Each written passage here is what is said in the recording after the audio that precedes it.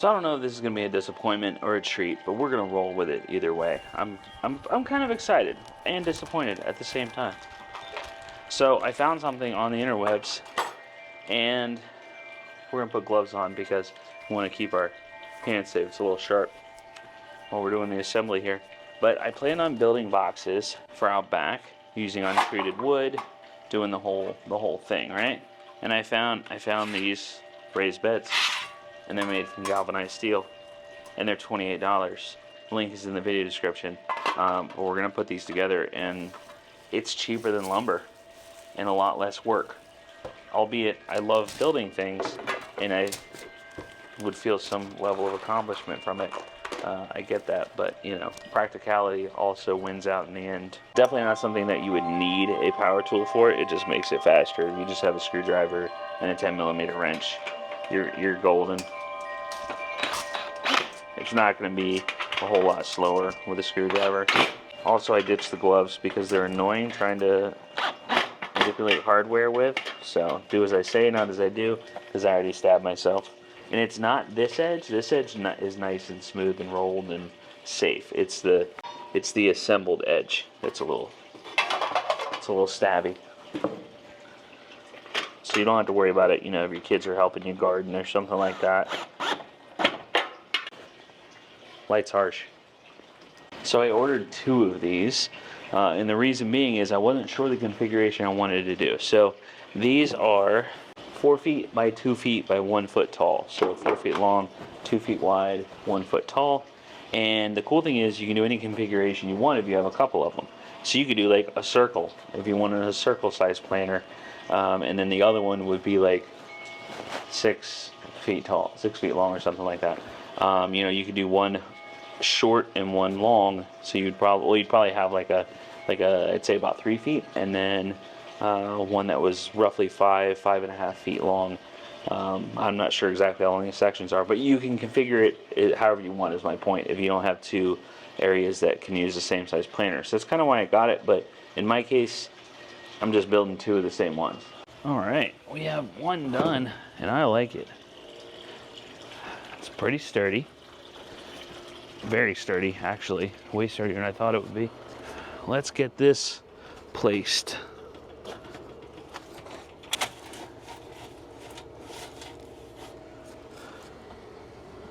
Yep, perfect. I might, just so I can get behind it, I think, a little bit away from the fence, you know? If I need to, you know, if I need to come back here, clean it out, do whatever, I can get back here. That's probably the smart thing to do. Okay. And then the cardboard that it came in is going to be perfect to line the bottom with.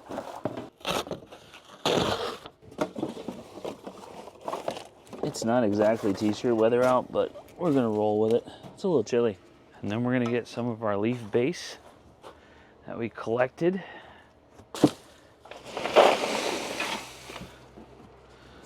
Then we'll just go with soil right on top of that. I'm stoked. I don't know the soil yet, but don't need it yet.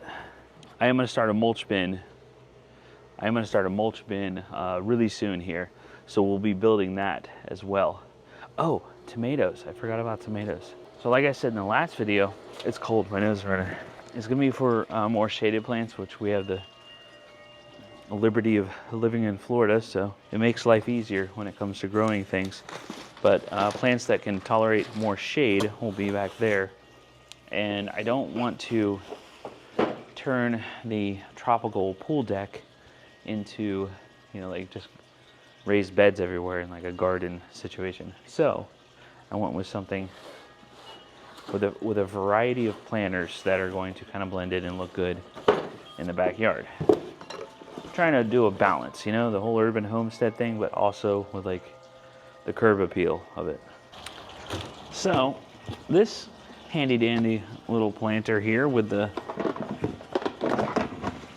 part in the bottom so the water doesn't sit right on the roots, you know. This situation, it comes with a trellis, and it's kind of wicker looking, so it'll go well with the backyard. How does this go together? Okay.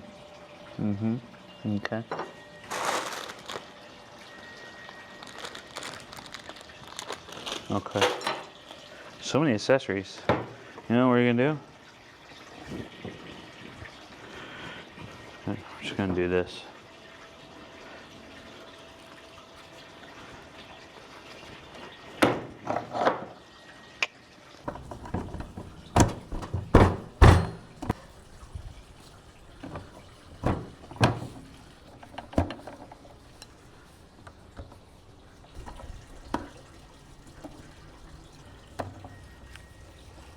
Okay, big fan. It also comes with a bunch of clips and zip ties and some wire for attaching plants to the trellis. So, thumbs up.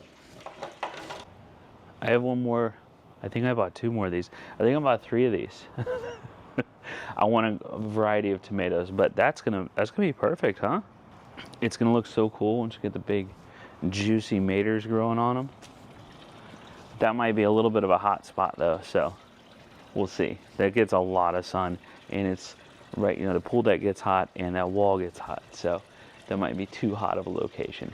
We'll see. But there's also room over there, so we can kind of cut down on the amount of sun that they get. I'm so excited. Seeds are coming soon. Got some heirloom seeds coming. We're gonna start them inside. It's gonna be great.